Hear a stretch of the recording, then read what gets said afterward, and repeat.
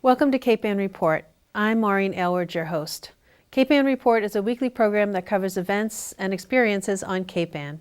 For this show, I'm speaking with Charles Nazarian, president of Gloucester Meeting House Foundation, about some upcoming programs and what's happening with the GMF. Charles Nazarian, thank you for being with me on Cape Ann Report. Nice to be with you, Maureen. It's wonderful to have you. The Gloucester Meeting House Foundation is a relatively new organization through the Gloucester UU Church, right? Tell us more about how it came to be. Sure.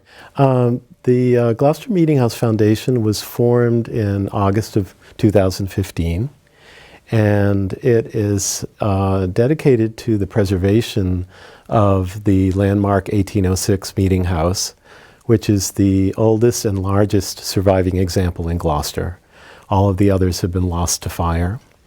And it's a very special building. It has a lot of history. It was the home of the first Universalist church in America. And that Universalist history goes back to 1774, when an itinerant minister named John Murray had a service in the home of the Sargent family.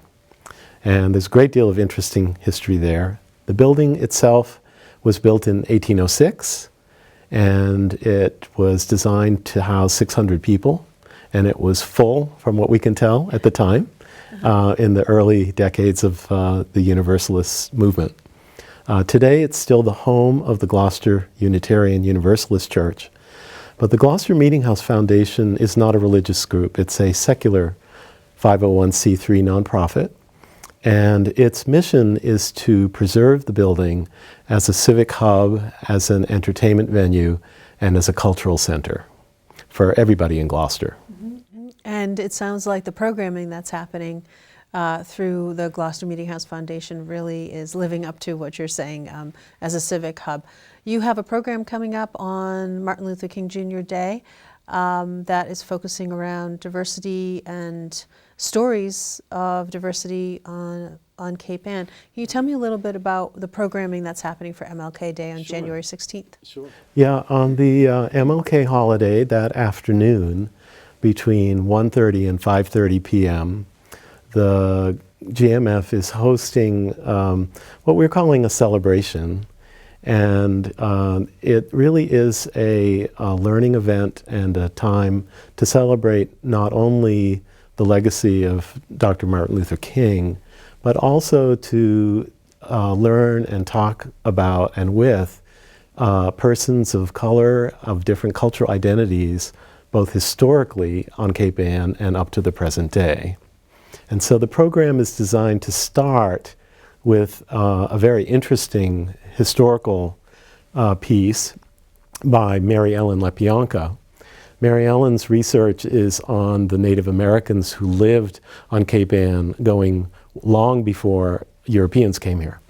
And she's going to do our first segment telling the story of what happened when Samuel de Champlain came into Gloucester Harbor, that he named Le Beau Port, and encountered the Algonquians, and neither one of them were ready for the other. It's a fascinating story. She has not presented this part of her work before. Oh, so it'll be new to the community. It'll be new to the community. We do know from some of the written history that the Algonquians were very anxious for Champlain never to come back, and they tried to set fire to his small boats. So it wasn't an entirely pleasant visit for Champlain. But the Algonquians were living in a paradise, and we still think it is today. We sure do, right? And so there are 3 segments, 4 or 5 segments? There are actually 5 segments. The second one will be presented by Lise Breen.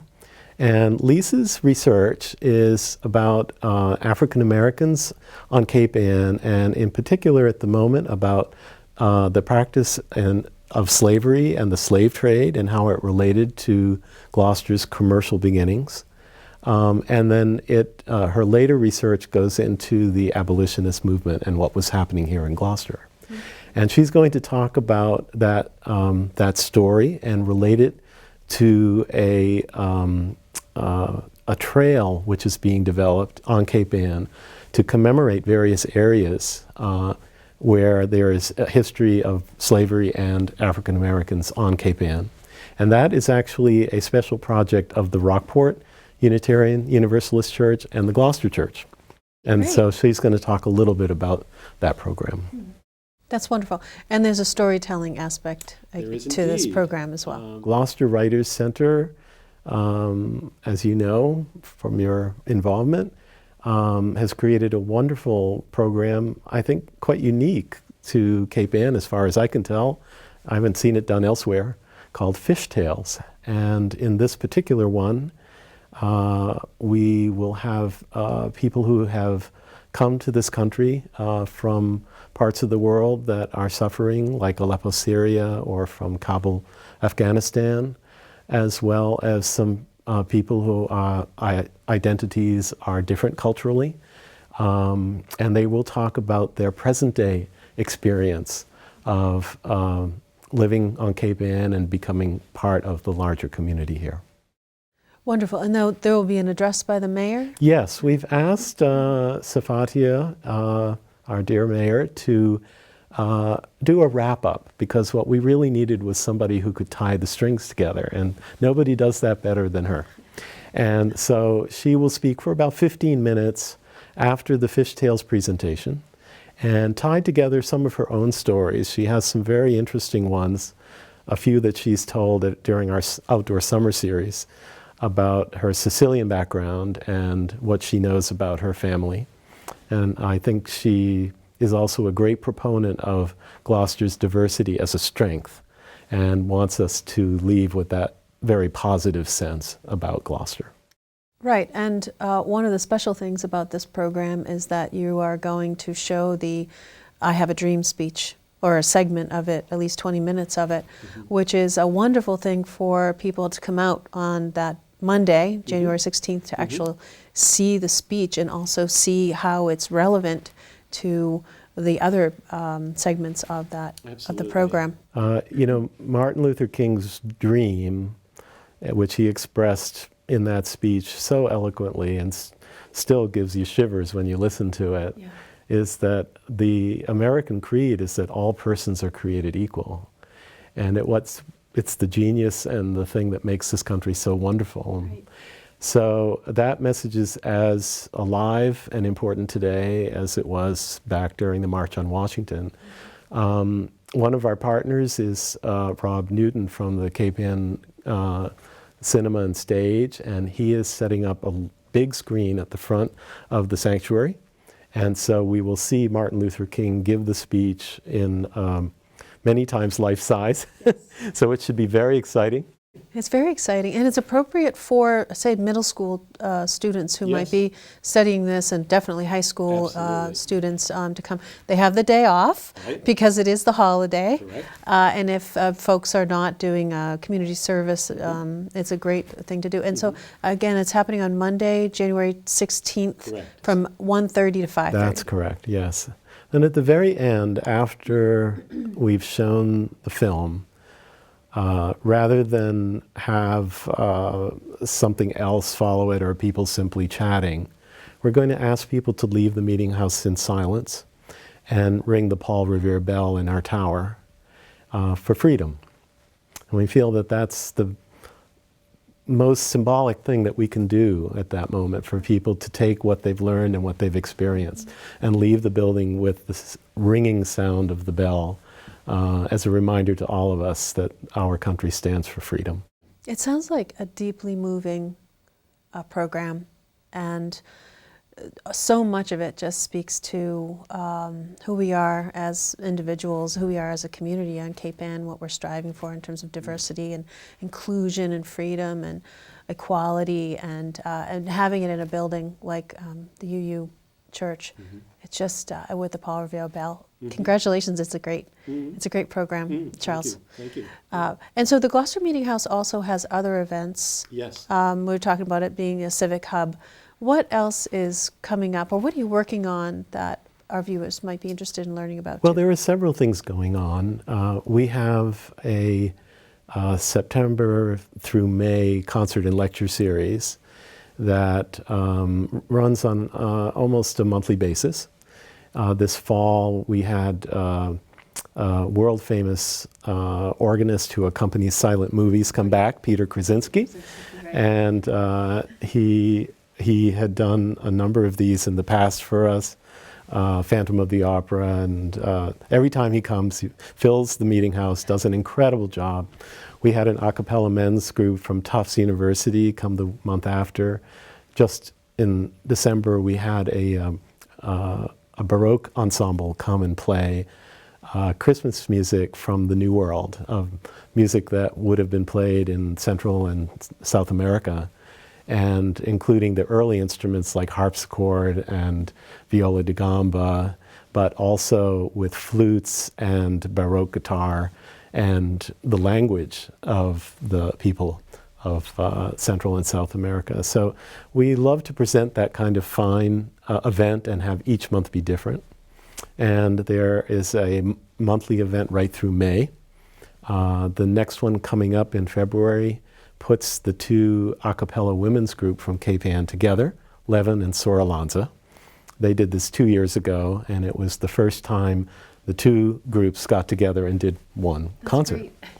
And then there are several others. A big one that comes up in March is the oratorio by Handel called Israel in Egypt.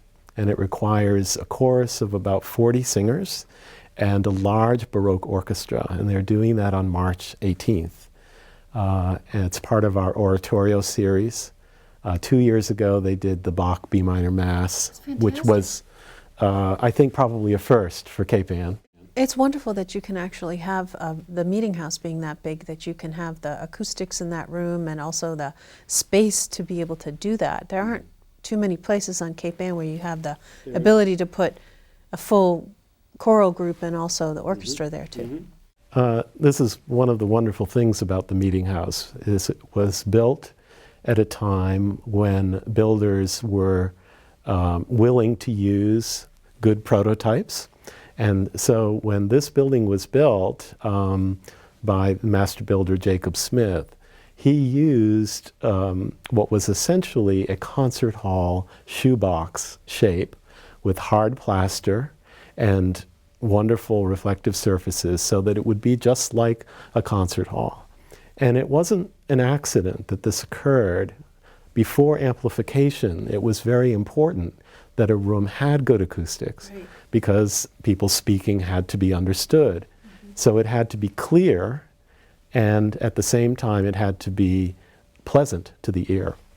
So we are very fortunate that the building still survives. Right now the gallery is not fully open because it doesn't meet the code for the weight of people, but when we're finished restoring the interior, we'll be back to 600 seats. And that's something you can't replicate anywhere within a 30-mile radius. So it's really a treasure for Cape Ann to have such a place. Yeah, and having the meeting house be so, then the foundation be so active and bringing people in that's not necessarily related to the UU Church. Correct. Is also a nice way to use the building. And of course, the Gloucester Meeting House Foundation is behind the music on Meeting House Green. That happens in the summertime. So our viewers will be happy to hear more about that series, which runs like 8 weeks in the summertime. It runs starting this year on July 8th and 8 consecutive Friday evenings. Great. We start at 6 p.m. because we can't play music too loud in the neighborhood. After 8:30 or so is about our cutoff.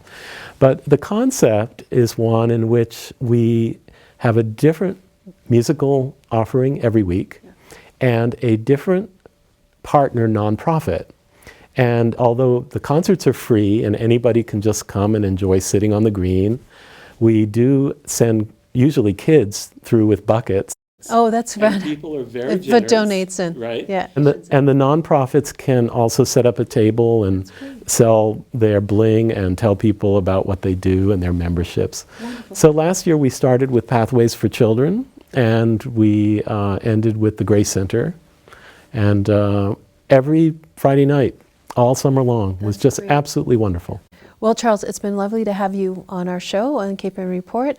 Viewers, I hope you get a chance to take a look at the website and find out more about MLK coming up on January 16th. Until the next time on Cape Ann Report, take care.